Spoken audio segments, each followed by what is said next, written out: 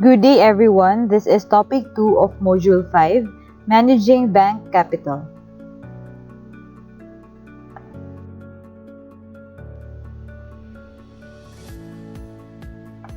Bank's capital represents the net worth of the bank and its equity value to the investors. Capital is the primary financial requirement for chartering a bank, and a sufficient amount of it must be present on a bank's balance sheet in order for the bank to continue ongoing operations. Thus, it plays an all-important role in both starting a bank and ensuring its survival to ensure that banks operate in a safe and sound manner.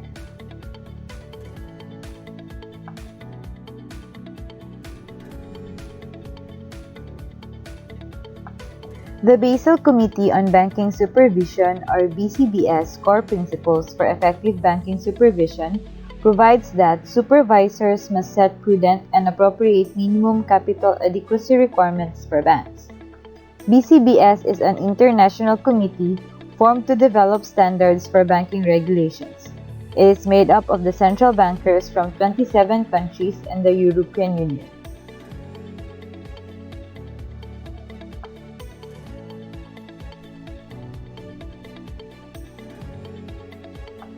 The question now is, how much capital is appropriate for an individual bank? To determine this, there are three factors that affect the appropriate amount of capital for an individual bank. First is the functions of a bank capital, and also the most difficult to quantify. It needs to answer the question, how much capital is needed to fulfill the functions that capital is supposed to perform? Capital's primary function is to support and absorb risk, which is equated to the losses incurred by the bank. Thus, with this theory, capital protects the bank's creditors, providers, and holders from the possible losses, and losses are absorbed by the capital in any event of a bank liquidation. Banks operating in higher levels of risk should have more capital than low-risk institutions. Tier 2 capital is the one that cushions losses in case the bank liquidates, so it provides a lesser degree of protection to depositors and creditors.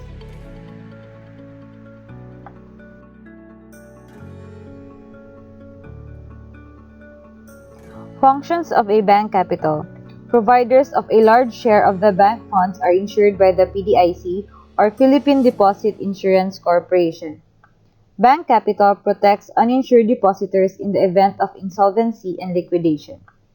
This is true, however, it might be overstated because regulators recognize that the quality of bank earnings and management systems for producing and protecting its future earnings is a more dynamic measure, and regulators have used capital to restrain unjustified expansion of bank assets.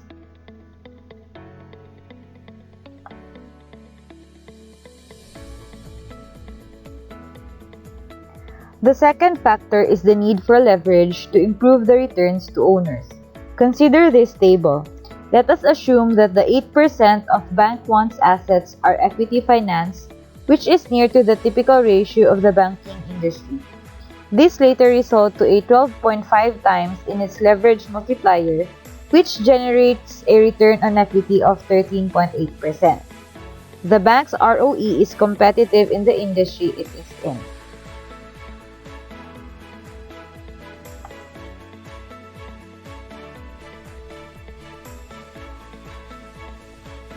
In order to attract and keep owners, banks must have the financial leverage resulting from low levels of equity in relation to assets. Appropriate amount of equity capital is an amount that is small enough to produce at least an adequate return on equity and yet enough to absorb risk.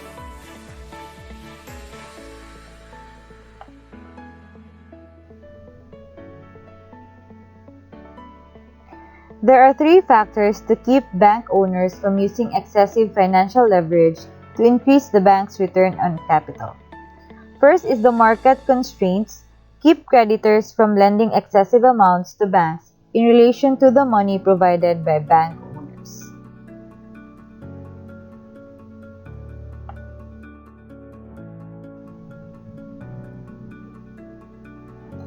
Second is excessive leverage may be inconsistent with the goal of maximizing the market value of stock.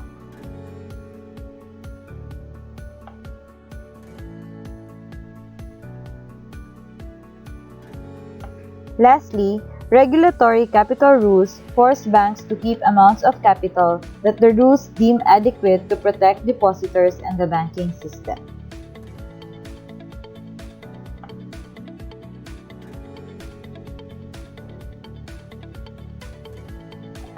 The third factor in determining the appropriate amount of capital is the regulatory capital adequacy criteria and concerns. Bank regulators are responsible for protecting depositors' funds and the safety of the banking system.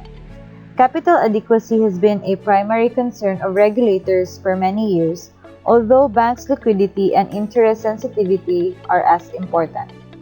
The Bangko Sentral ng Pilipinas implemented a new minimum capital ratios of 6% Common Equity Tier 1 ratio, 7.5% Tier 1 ratio, and 10% of Total Capital Adequacy ratio. A Capital Conservation Buffer or CCB of 2.5% comprised of CET1 capital was also prescribed.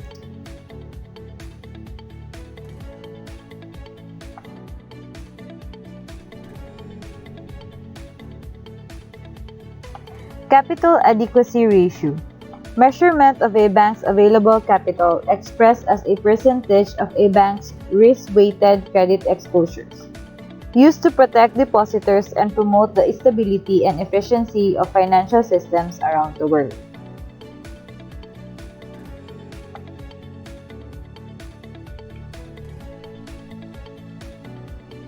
There are two types of capital to be measured. First, we have the Tier 1. It can absorb losses without a bank being required to cease trading. And Tier 2 can absorb losses in the event of a winding up and provides a lesser degree of protection to depositors.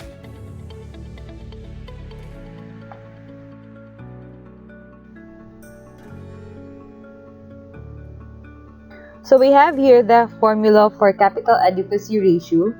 So we have CAR is equal to Tier 1 capital plus Tier 2 capital over risk-weighted assets. Tier 1 capital or core capital consists of equity capital, ordinary share capital, intangible assets, and audited revenue reserves. It is a capital that is permanently and easily available to cushion losses suffered by a bank without it being required to stop operating.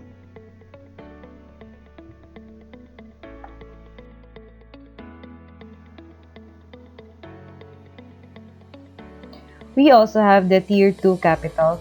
It is composed of unaudited retained earnings, unaudited reserves, and general loss reserves, capital that cushions losses in case the bank is winding up, and used to absorb losses if a bank loses all its Tier 1 capital.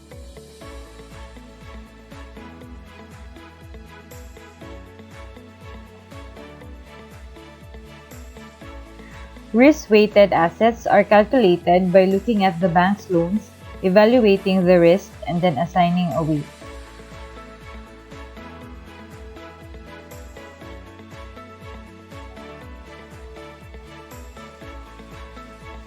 In managing capital and the line of business, banks must adhere to regulatory requirements for capital standards to obey administrative laws. Regulatory adherence is one of the beginning of capital management. Crucial responsibility of management is to utilize the financial institution's capital as effectively as possible.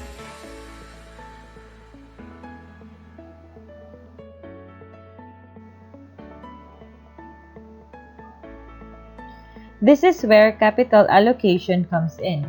It is where the banks assign its capital to absorb the risk in each of its banking activities, and the process explicitly acknowledge and try to quantify the risk in terms of the capital required to absorb it.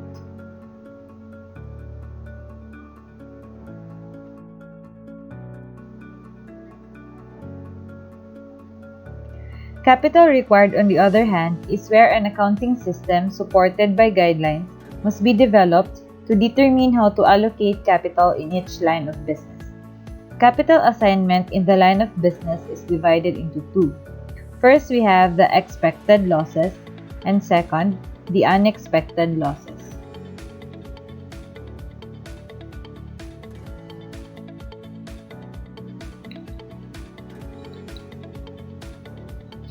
Capital management is the way that risk management finds expression in bank strategy at the highest level.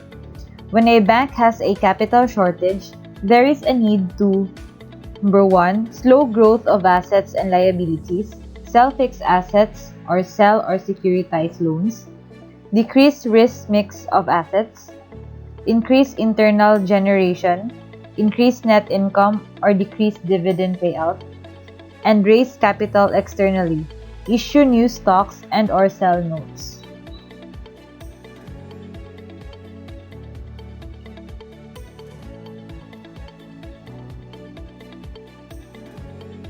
On the other hand, when the bank has excess capital, it must increase growth of assets and liabilities, internal opportunities and acquisition, increase risk mix of assets, decrease internal generation, decrease net income and increase dividend payout, and reduce external capital, repurchase stocks and or retire notes.